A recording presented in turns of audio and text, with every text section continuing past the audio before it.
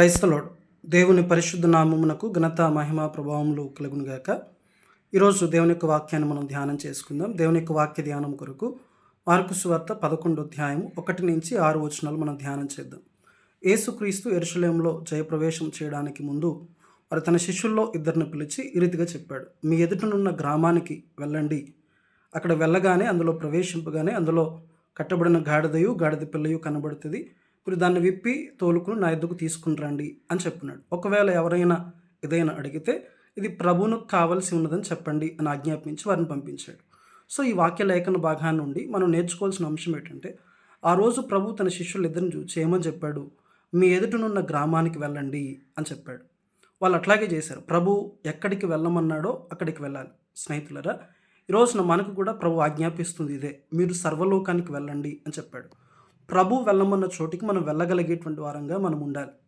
పాత నిబంధన గ్రంథంలో భక్తుడైనటువంటి యోనాను దేవుడు నినివే పట్టణానికి వెళ్ళమంటే అతను నినివే పట్టణానికి వెళ్లకుండా తర్షీజునకు పారిపోవడానికి ప్రయత్నం చేశాడు.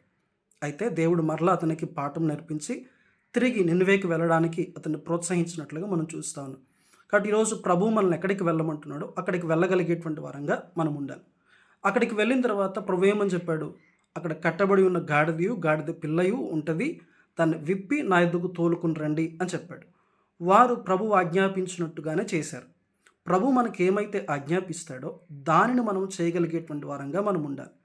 ప్రభు మాటలకు మనం విధేయత చూపించినప్పుడు మన జీవితాల్లో ప్రభు కార్యాలు చేస్తాడు.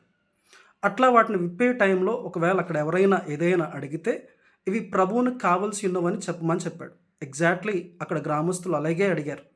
ఎందుకు మీరు దాన్ని విప్పుతున్నారు అని అడిగితే యేసు ప్రభు యొక్క శిష్యులు తమకు ఆజ్ఞాపించినట్టుగా చెప్పారు. ఇవి ప్రభువును కావాల్సినదని. ప్రభు ఏమైతే చెప్పమన్నాడో అదే చెప్పారు.